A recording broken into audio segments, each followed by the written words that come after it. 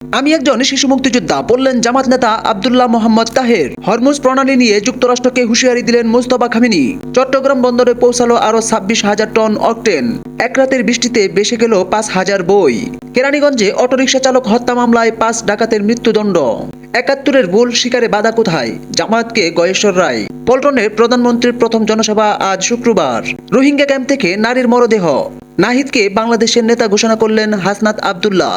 রাশিয়ার ট্যাঙ্কে বিশ্বসেরা ঘোষণা যুক্তরাষ্ট্রের সাময়িকীর। খোয়াই নদীর ভাত ভেঙে হাওরে ঢুকছে পানি, তলিয়ে যাচ্ছে পাকা ধান।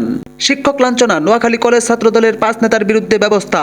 গাজার আরো এলাকা দখল করে ইসরায়েলের নতুন মানচিত্র। কৃষকের ঘাম জড়ানো ফসল এখন পানির নিচে। কামরুল মেননের বিরুদ্ধে অভিযোগ গঠনের শুনানি গেছে গতকাল। জব্দ জাহাজের 5 ইরানি নাবিক মুক্ত। যুক্তরাষ্ট্রের হাতে থাকা বাকিদের কি অবস্থা? আন্তর্জাতিক অপরাধ ট্রাইব্যুনাল থেকে অব্যাহতি দিলেন সেই 2 পুলিশ সদস্যকে যারা বলেছিলেন ইনুকে টেনশন করেন না স্যার। ইসরায়েলের বিরুদ্ধে ঐক্যবদ্ধ পদক্ষেপ চায় তুরস্ক, স্পেন। মার্কিন অবরোধ তেল সরবরাহে বিঘ্ন ঘটায়নি ইরান। লেবাননের সঙ্গে যুদ্ধবিরতি অস্বীকার ইসরায়েলি বাহিনীর।